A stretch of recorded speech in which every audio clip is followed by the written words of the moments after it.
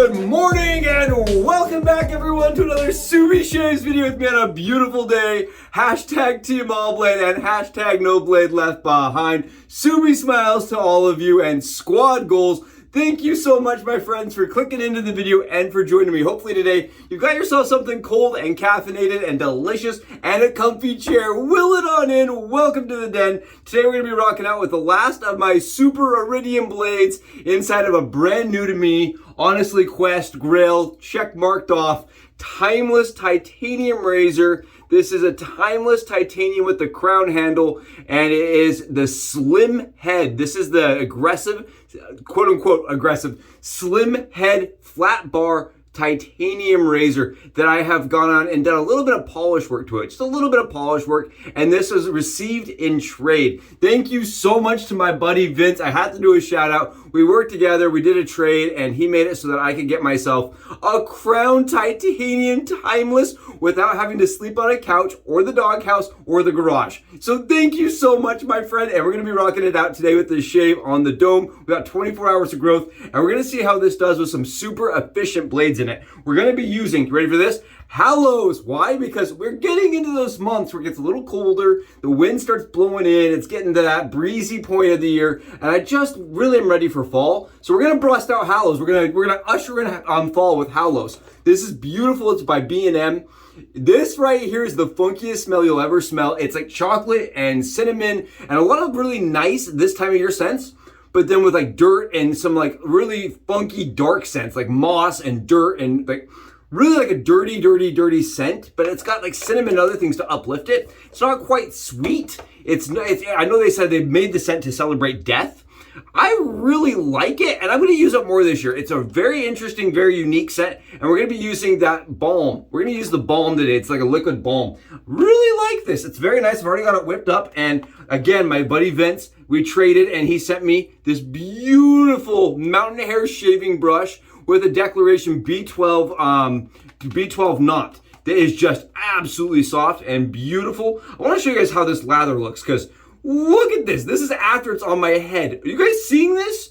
Beautiful stuff by B&M. I honestly get really good lathers with B&M stuff. In my opinion, it's right up there with anything. It's elite level, in my opinion, of the soap craft. Take a look here. It goes on, no problems, and it's already on the dome. Guys, oh, thank you so much for clicking in and being here. Oh, it's going to be awesome. I'm so excited. The Timeless Razor is really one that I searched for. It was one that I tried trading for several times. These are very expensive. They start in about the $300 range, and then you get up to the master level, you know, where you get two plates, it's like $500. These are not cheap, but they do all of their own machining inside of their own establishment. It's all done in the US. These guys that make this, they're tradesmen, they're craftsmen. And really, honestly, they are true craftsmen, and they, in my opinion, make some of the prettiest razors on the market. It's just my opinion here. I think for a DE razor, you're not going to find something that's quite as exquisite. Attention to detail is top tier with this company. I love Timeless, and everything I've used from the Open Comb 95 to this, it's been absolutely next level. I really like their stuff. Now keep in mind, this is set as an aggressive razor. A lot of fill and a lot of efficiency. For me, I actually get more efficiency with the Open Comb 95 variation.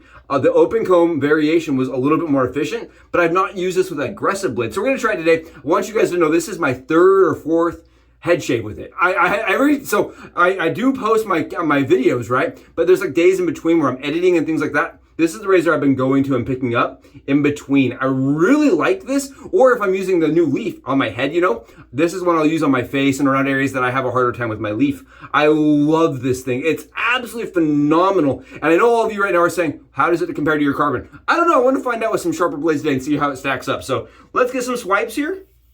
Really smooth. You see that? How it just wipes the lather right off.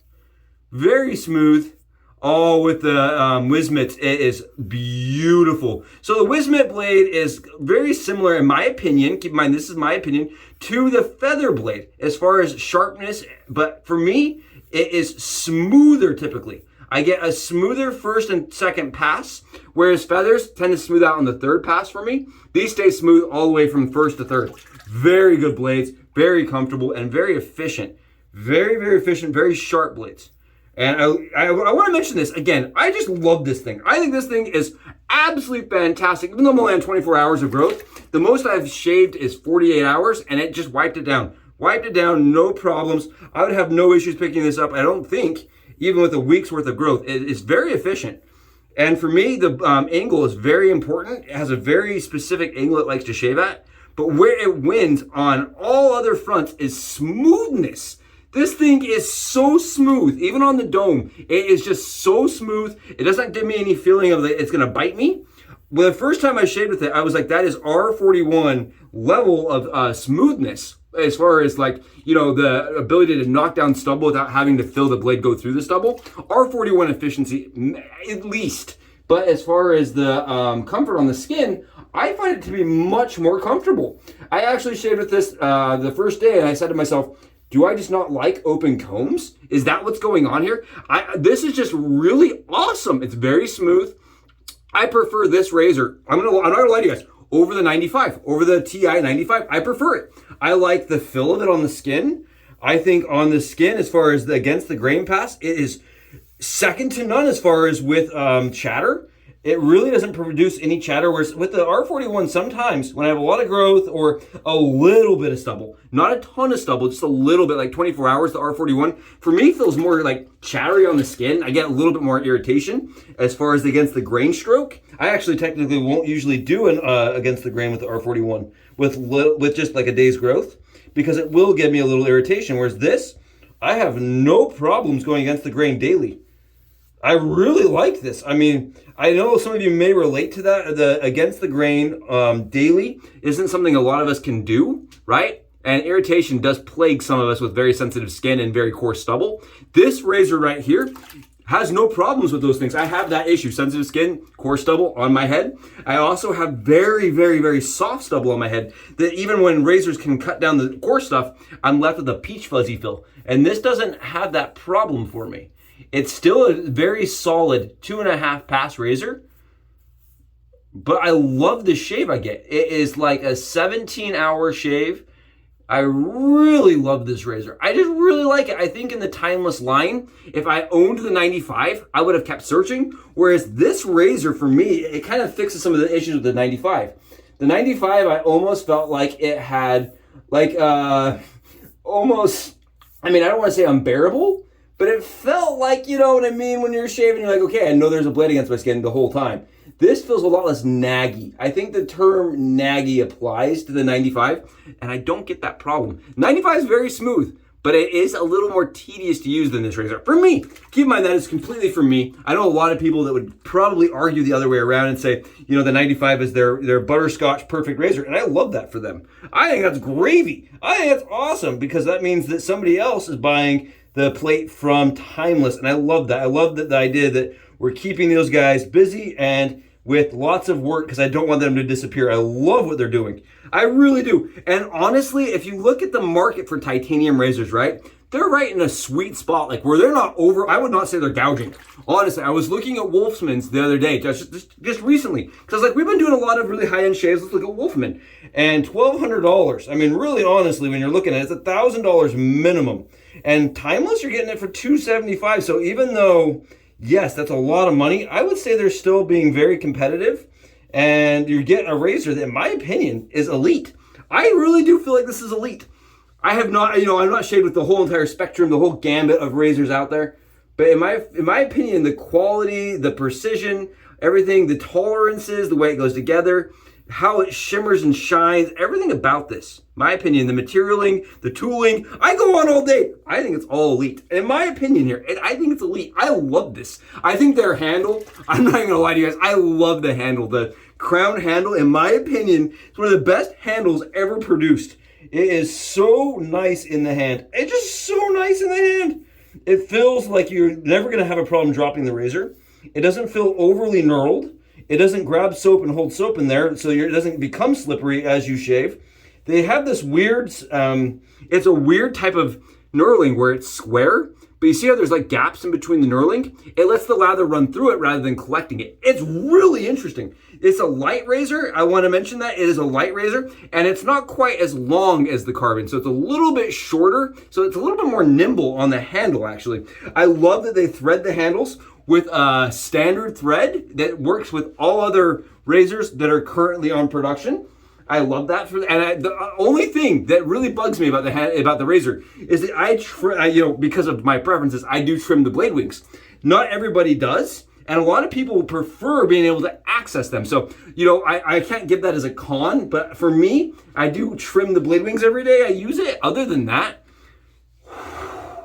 and here's the weirdest thing. So I just use really sharp blades. I had the same shave I did with the derbies. So I used a very, very medium, very kind of not nearly a sharp blade the other day on my day off when I was not shaving on camera. And it felt exactly the same. So I feel like this razor really performs well with every blade I've put in. I put asters in it. I've put feathers. That was, I did a feather body shave with it. I did the Wizamets with you guys. I did derbies alone. I'm trying to think. I've done Voxshot on my arms. I've tried 4 or 5 different brands of blades. They all feel the same. I like how it kind of smooths out blades that are technically rougher for me. Like asters are rougher for me usually, and that thing smooths them out. But I can load in super sharp blades and it doesn't feel overly bitey. I don't know what they did, but it's magic. It's really good. I would say if I were to compare it to the Blackbird, it's way less blade fill. Way less blade fill. If I were to compare it to the Carbon Plus plate, they're so similar. I think if I were to stack those 2 razors up and do them side by side, I don't know if I could tell the difference. To be really honest, it feels different on the shave, but post-shave, I don't know if I could actually feel a difference. I really want to compare them side by side with you guys. I know those are very, very expensive razors, but what I'm hoping for is by you guys seeing the content, you can see it and say to yourself, so I want that. Is that a razor that I can quest for? That's what I did, and that's why our pages on Facebook and on Reddit and like Badger and Blade, that's why I think they're so important, because they let us get together. I was talking with my buddy and he said, problem is a lot of us have so much gear. We don't want to buy more gear, but we're not using all the stuff that we have. So doing trades and things like that is invaluable because you can get something new that's not being used on your side and somebody else gets something that you're not using. It's a beautiful thing. And I love that the community is trustworthy that way and that it's reliable that way. Can't say enough about Vince. Thank you so much. And about just the community in general and the goodwill that's in our community. Love you guys, man. That's what I'm all about. That's why I get the smiles. That's why I get the excitement. I love our community. I love the craft. If you haven't yet, speaking of the community, go below and smash the sub button for me. Thank you so much for being here. It was a beautiful, beautiful shave. We're going CK1 today. CK1. Thank you guys so much for being a part of this, being part of the channel. We're so close to 1,000. It's blowing my mind. I just have to say thank you guys again. It was a quick shave. It's a fast shave, and that's why I love it. I'll catch you guys in the next Subie Shaves video. Subs out.